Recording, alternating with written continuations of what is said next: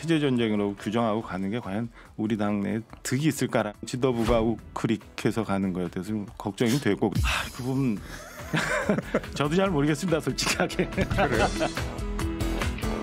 나도 우리 당대표를 잘 모르겠다.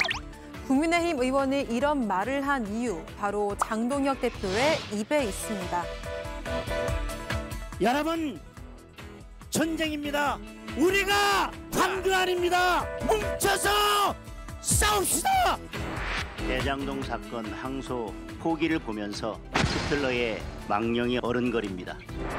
모든 우파들은 함께 모여서 모두 다 함께 연대할 수 있어야 된다. 국민 용인 한계치를 넘고 있다. 장 대표의 발언 수위와 함께 여당의 비판 목소리도 높습니다. 장 대표가 우향으로 걷는 동안 한동훈 전 대표는 지선 출마의 길을 열었는데요.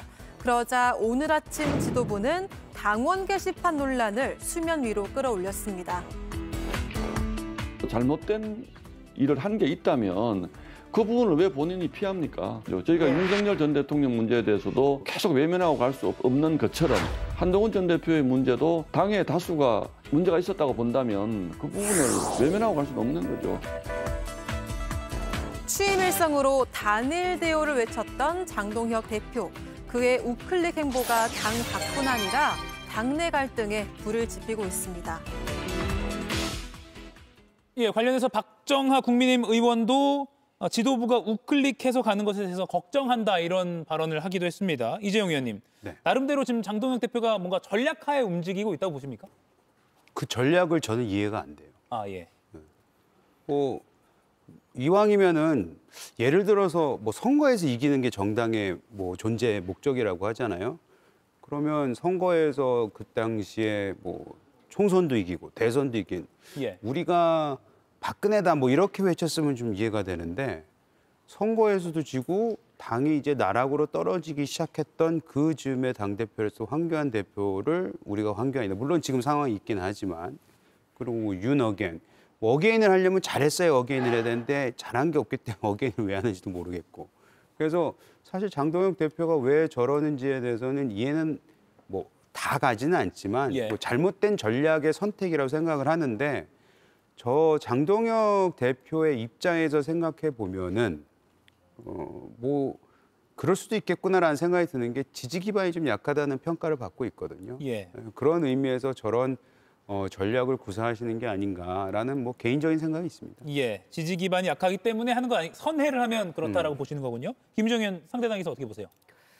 일단은 당내 기반이 취약한 건 맞죠. 그러니까 전당대회 과정에서는 굉장히 좀 극단적인 표현들을 했어도 과거에 그래도 한동훈 계보였기 때문에 또 계엄 해제 결의에도 참여를 했고요. 그래서 아마 이거는 표를 얻기 위한 전략일 것이다. 또 대표가 되고 나면 달라질 것이다 이랬는데 몇 번 왔다 갔다 좌충우돌 하더니 결국에는 더 극단으로 가는 것 같아요.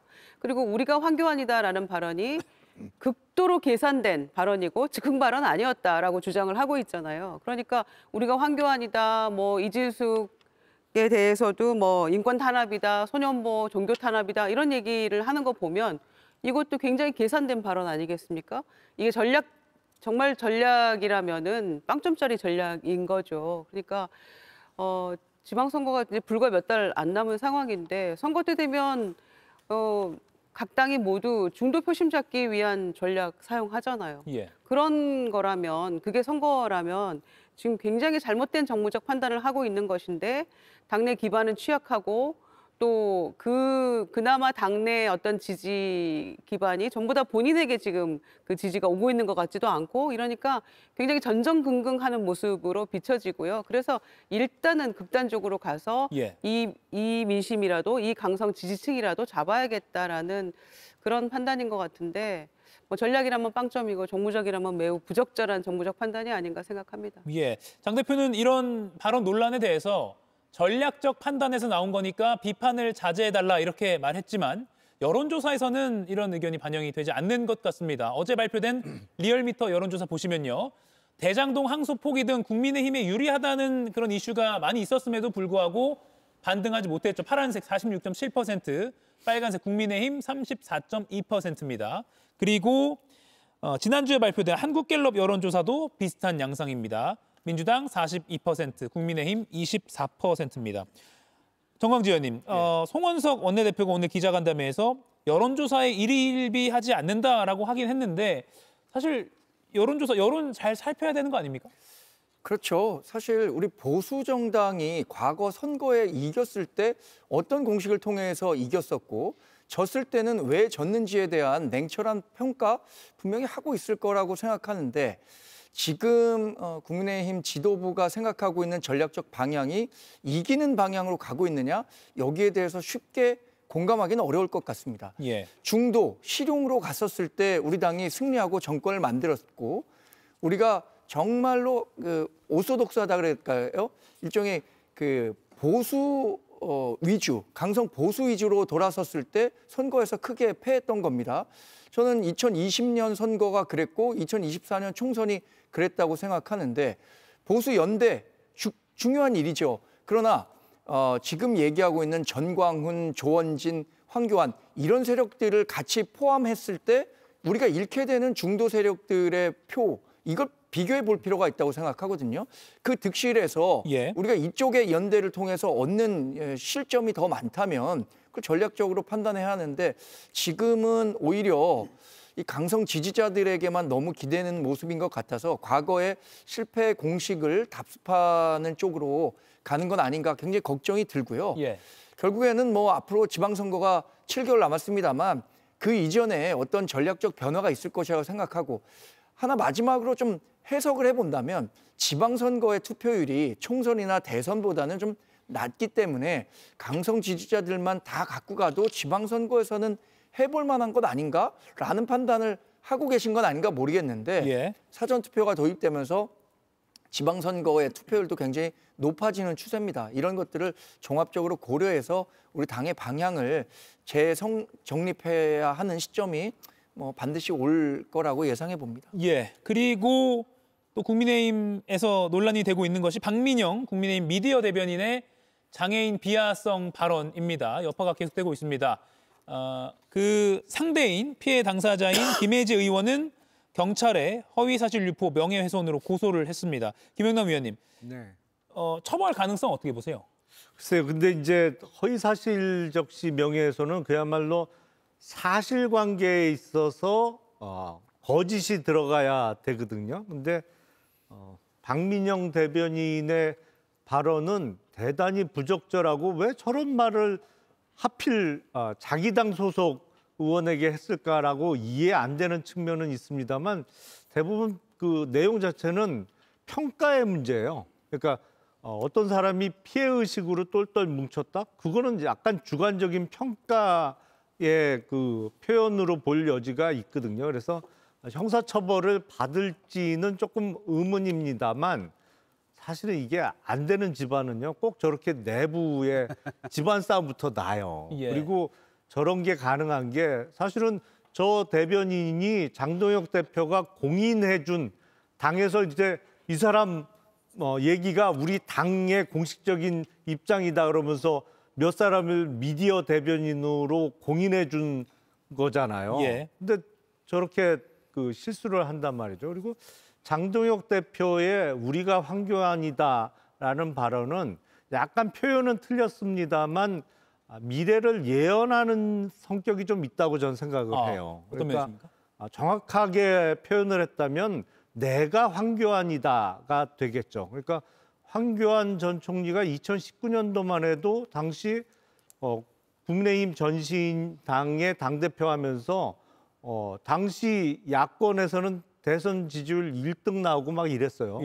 근데 뭐 계속 정치적인 실책을 반복하다가 2020년 총선 당시 기준으로는 역대 최악의 참패당하고 뭐 그 이후에 점점 망가지더니 지금은 솔직히 황교안 전 대표가 뭐라고 얘기하든 신경 쓰는 사람 별로 없어요. 뭐 하도 황당한 말씀을 많이 해서. 근데 장동혁 대표는 아마 본인의 미래를 좀 예언적으로 얘기했던 거 아닌가. 그래서 내가 황교안처럼 될 거다라는 얘기를 한 거라고 저는 생각이 됩니다. 혹시 보태실 말씀 있으십니까? 그냥 상황이 웃기게 됐죠. 뭐.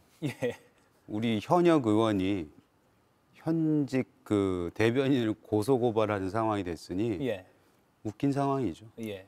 그게 김혜지 의원이 고소한 내용을 보면 허위 사실 적시에 의한 명예훼손인데 아마 장기 이식법과 관련한 내용일 겁니다. 장기 이식법을 김혜지 의원이 발의했다가 철회했는데 예. 이 내용이 본인의 의지만 있다면 가족들이 반대하더라도 장기 이식이 가능한 내용인데 이것을 박민영 대변인이 본인의 의지와 상관없이 뭐 장기 적출이 가능하다 이런 식으로 왜곡해서 발언했기 때문에 해당 법안과 관련해서 법적인 좀 문제를 삼은 것 같아요. 그런데 여하튼 뭐 같은 당내에서 이런 일들이 발생한 것 자체에 대해서는 사실 뭐 국민들께 상당히 좀 면구스러운 일이라고 생각합니다. 저는. 예. 사실 뭐 젊은 정치인의 부적절한 발언이라는 점에서 이게 시작됐는데 결국 당 대표와 원내대표까지 논란이 번지고 있습니다. 어떤 점이냐면요. 먼저 당 대표는요. 장동혁 대표가 이 박 대변인이 사표를 낸 걸 반려를 했습니다. 그런데 이거 수용했어야 한다 이런 비판이 많이 나오고 있거든요. 대변인 해보신 김유정 의원님 어떻게 보십니까? 수용했어야 된다고 보십니까? 아니 사의 표명한 거를 수용을 당연히 해야 될 뿐더러 사의 표명하기도 전에 먼저 대변인에서 해촉했어야 맞는 거죠. 예. 그래야만 당의 질서가 잡히고 제대로 정리가 되는 또 국민께 사죄하는 그런 모습이 될 거라고 생각합니다. 특히 대변인들은 정말로 사안 하나하나 표현에 있어서 정말 조심해야 되잖아요. 특히 갈라치기 하는 것, 특히 그중에서도 장애인과 관련된 이런 단어 사용은 정말 조심해야 되는 건데 그게 이제 대변인들의 기본입니다, 사실. 그게 뭐 당의 이미지 또 당의 어떤 지지율과도 정말 직결되는 그런 문제이기 때문에 예. 정말 조심해야 되는데 이거를 뭐 그 대변인 브리핑이 아니라 유튜브 나갔다고 하더라도 공당의 대변인이잖아요. 아까 말씀하신 대로 당대표가 인증해준 그런 미디어 대변인이 이런 일을 해놓고도 또 뭐 사과도 제대로 안 된 것 같고요. 제가 보기에는. 예. 그런데 대표들이 또 원내대표가 이걸 또 감싸고 돌고 언론 탓을 하고 이런 것은 지금 이 말이 맞다는 것인가? 계속해서 대변인의 역할을 해도 문제가 없다는 것인가? 거기에 대해서 답을 해야 될 것 같고요. 3년 전에 그 수해 피해 복구 현장에서 김성원 의원이 비나도 왔으면 좋겠다 사진 잘 나오게 이 예. 표현해가지고 굉장히 지탄을 받았죠. 그때 당시 가지고 있던 직책이 예결위 간사 직책이었어요. 집권당에. 근데 그거 하나 가지고 있으니까 내려놓겠다 이렇게 얘기를 했었거든요. 그리고 본인의 어떤 정치적 신뢰를 회복하는 과정이 굉장히 힘들었죠. 그런데 젊은 대변인이 이렇게 부적절한 장애인 비하 발언 또 뭐 여성에 대한 그런 부적절한 것들도 있더라고요. 그 대화 과정에서 유튜브 또 찬성 뭐 그 웃으면서 또 제지하지도 않고 이런 모습까지가 담겨 있기 때문에 김혜지 의원에 대해서 이를테면 그 김 의원의 어떤 정치적 활동이나 또는 이런 걸 가지고 이건 아닌 것 같다라고 얘기하는 건 모르겠어요. 그건 뭐 얼마든지 비판할 수 있죠. 그런데 콕 집어서 장애인 또 장애인의 어떤 그 비례대표가 너무 많다랄지 이런 것들은 정말 누구를 위해서 이런 이야기를 하는 것인지 저는 뭐 대변인 바로 그 자리에서 해촉하는 게 맞는데 그걸 더군다나 사의를 반려하기까지 했다라는 것은 뭐 예. 듣고도 믿기 어려운 순간입니다. 장동혁 대표가 이렇게 해서 논란이 또 불이 붙었고요. 그리고 원내대표 송원석 원내대표는 자그마한 내부의 일이라는 발언을 해서 또 다른 논란을 키우고 있습니다. 들어보시죠.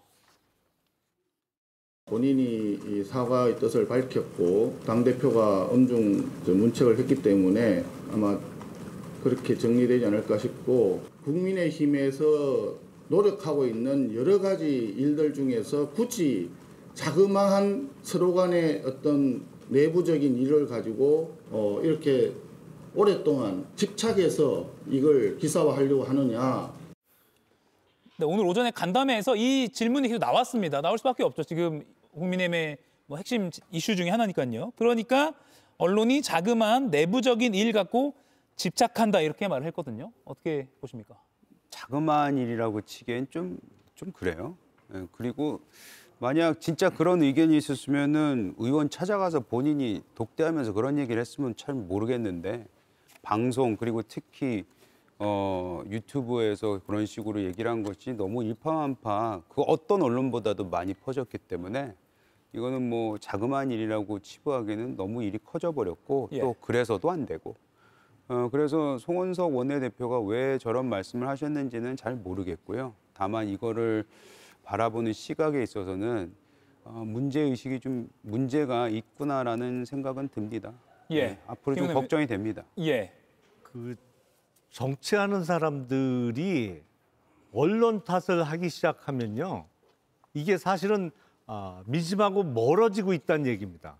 그러니까 물론 언론 중에도 일부 문제 있는 언론이 사실을 왜곡해서 진실이 아닌 것을 이제 어떤 목적을 갖고 보도한다고 하면 그거를 지적하고 문제 삼는 거는 당연한 일인데, 그게 아니라면 언론 탓을 하기 시작하면 이게 정치하고는 멀어질 수밖에 없는 거예요. 사실 정치인이기는 합니다만 정치와 멀어지는 정치인이라는 걸 스스로 이제 자인시키는 일밖에 안 되거든요. 예. 그러니까 약간 잘못 생각하고 있는 거 아닌가. 지금 뭐 자그마한 내부적인 일이라는 것 자체가 송원석 원내대표의 어떤 뭐랄까요, 정치적인 역량의 협소함을 본인 스스로 드러내고 있는 것이 아닌가 싶습니다. 예, 부적절한 발언이라는 점에는 여야 패널 모두 동의를 하시는 것 같습니다.